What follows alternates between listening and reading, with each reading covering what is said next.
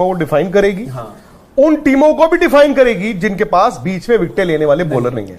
आपने उस मैच में भी 30 ओवर के करीब 155 फॉर 2 और वो टीम 191 ऑल आउट हो गई क्योंकि आपने बीच में आके विकेटें ली, स्पिनरों से भी ली, फास्ट बॉलरों से भी ली।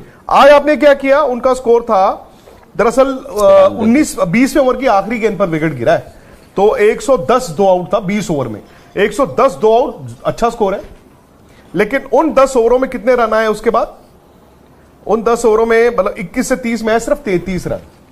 उसके बाद अगर आप 31 से 40 भी लेके चले तो 46 रन। सो आपने उस दरमियान 4 आउट भी किए और आपने रन भी नहीं दिए।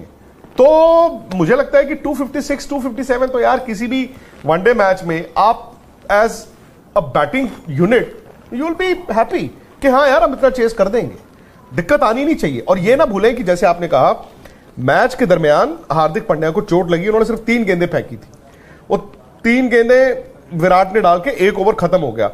अब आप शार्दुल को इसलिए खिलाते हो क्योंकि वो बैटिंग कर लेते हैं। हाँ। लेकिन अगर आप ये कहो कि यार शार्दुल से भाई 9 ओवर भी डलवाने, शार्दुल की पिटाई तो हो रही थी, तो वो भी तो 9 ओवर निकाल गए ना अपने। अब ये भी देखिए सिराज का भी समहाउ विकेटें ले रहे हैं, बट सिराज भी रनों के लिए जा रहे हैं। तो मुझे लगता है कि मतलब इंडिया को कोई दिक्कत आनी नहीं चाहिए 257 चेज करने के लिए, बल्कि अच्छा है आप अगर थोड़ा सा चैलेंज आप होते रहेंगे। आज का मैच तो जरूरी है ना, 4 मैच जीत के एक फाटक आ जाता है, फाटक एज इन आधे इधर आधे उधर। हाँ। तो आज अगर आप जीत जाते हो तो कम से कम आपको ये राहत है, ये मतलब इनसिक्योरिटी नहीं है आपको ये राहत है, वी आर ऑन ट्रैक। और धीरे बीच में जो हम कह रहे हैं कि जो विकेट्स आए वो इसलिए भी आए क्योंकि उनकी ओपनिंग पार्टनरशिप जो हम बात कर रहे हैं, जो रन उन्होंने लगाए थे, द मोमेंट वो फ्रस्ट्रेशन उन्होंने कुलदीप के अगेंस्ट भी शॉट मारे और धीरे धीरे जो चीजें हुई वहां पर आने हैं 257 रन। देखो लाइट वहां पर पुणे में ना शाम को मौसम आई थिंक थोड़ा बेटर हो जाता है, और चूंकि ये ग्राउंड भी है थोड़ा सा आई थिंक शहर के बाहर है, मैंने ये मैदान तो देखा नहीं, तो थोड़ी बहुत मूवमेंट फास्ट बॉलर को मिलेगी। आपने बात की ऑस्ट्रेलिया की 200 में लड़ना, 192 में लड़ना, 197-98 में 199 200 में लड़ना, और यहां पे 257। आई थिंक उनका जो क्वालिटी है ना पेस अटैक का उनका, क्योंकि उन्होंने टर्निंग ट्रैक ड्राइव विकेट पे फास्ट बॉलरों से विकेट ली। इनफैक्ट वो हारे, उन्होंने ऊपर से ही ली वो विकेट, हारे कहां जहां उनके स्पिनर्स नहीं बॉल कर पाए। आई थिंक 2 वजह थी उसकी, ए वो पहला ही मैच था वर्ल्ड कप का, और दूसरा ये भी था कि वर्ल्ड कप में हमारा बैटिंग ऑर्डर का भी पहला ही मैच था। आई थिंक एक के बाद धड़ाम धड़ाम धड़ाम होता रहा। अब वो 8 अक्टूबर और 19 अक्टूबर के दरमियान जो मैच आ गए, आई थिंक वो तो नहीं होगा। एंड मुझे लगता है कि उनके पास क्या है फास्ट बॉलर, मुस्तफिजुर शरीफुल है, लेफ्ट आर्म फास्ट, ठीक है, मतलब ओके, बट वो मिचेल स्टार्क और हेजलवुड ने जो नहीं, मान गया। आप ये भी याद रखिए उन्होंने मैं मानता हूं कि उनका बॉलिंग अटैक और इनके बॉलिंग अटैक में फर्क है, पेस अटैक में स्पेशली फर्क है, बट इनके पास आप हारे इनसे भी ज्यादा है, आप इनसे ज्यादा हारे हैं पिछले, मैं तो सुबह से कह रहा हूं। और दूसरी बात, उस दिन आपके पास स्कोर था 199। अगर उस दिन ऑस्ट्रेलिया ने 257 रन दिए होते तो क्या आप 257 छोड़िए 200 रन 2 टीम बनाने वाले नहीं देते। आई थिंक मेजर वरी अगर आज है, ठीक है, राहुल की बात से मैं इत्तेफाक रखता हूं कि क्रिकेट का मैच है यार, कुछ भी हो सकता है, ऊपर से वर्ल्ड कप, ऊपर से अफगानिस्तान ने इंग्लैंड को हराया है और साउथ अफ्रीका ने नेदरलैंड से हार देखी है। But more than 257 I am worried about Hardik Pandya.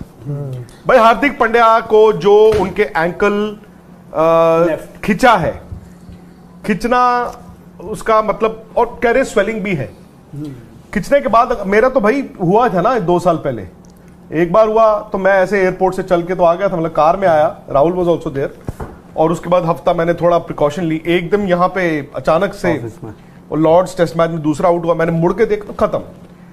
मुझे 3 हफ्ते का प्लास्टर हुआ था, तो मैं कहता हूं अगर कुछ भी ना हो, अभी स्कैन की वो आइकॉनिक प्लास्टर हर किसी को याद है, उसके बाद तो आपको भी नहीं, यहां नहीं वहां प्लास्टर का कलर सबको याद होगा, आई एम श्योर। उस प्लास्टर का कलर, वो प्लास्टर नहीं लिखी थी, वो प्लास्टर तो हर किसी को, आप तो क्रॉस जा रहे थे, आइकॉनिक। हाँ, तो खैर हार्दिक कम से कम, मैं कहता हूं कम से कम न्यूजीलैंड वाला मैच तो नहीं खेलेंगे। अगर बड़ी किस्मत होगी, क्योंकि न्यूजीलैंड के बाद इंग्लैंड का मैच यू हैव 10 डेज, मतलब 29 तारीख को, तो वो उस मैच में आपको दिखेंगे। मैं कह रहा हूं जल्दी से जल्दी, if everything is okay, because थोड़ी बहुत स्वेलिंग है तो मुश्किल ही लगता है मुझे अगला मैच। अब सवाल यह है कि इंडिया अपनी बैलेंस कैसे करेगा टीम, बिकॉज हार्दिक पांड्या की कोई रिप्लेसमेंट नहीं है आपके पास। मतलब शार्दुल तो खेलेंगे ही खेलेंगे। नहीं, अब वही तो बात है, आप 11 कैसे बनाओगे? आपके पास हार्दिक पांड्या की कोई रिप्लेसमेंट नहीं है। हार्दिक पांड्या की कोई रिप्लेसमेंट नहीं है, बिकॉज देखो हार्दिक पांड्या बॉलर भी है, हार्दिक पांड्या बैट्समैन भी है।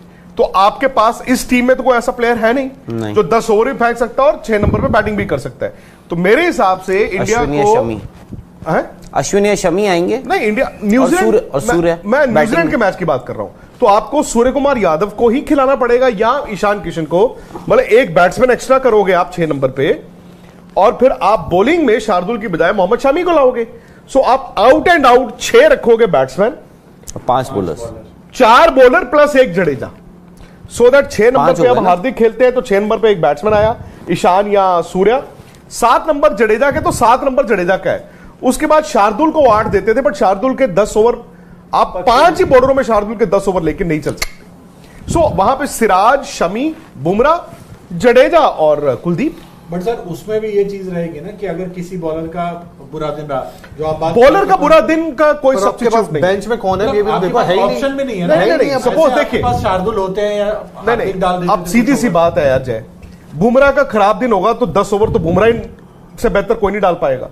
सपोज सिराज का भी खराब दिन चले गया तो किसी और से 2 ओवर कराने की बजाय मैं सिराज से कराऊंगा। Same goes for Shami, Kuldeep and Jadeja. वो तो जब आप एक ऑलराउंडर टाइप बॉर्डर लेके चलते हो ना, तब वो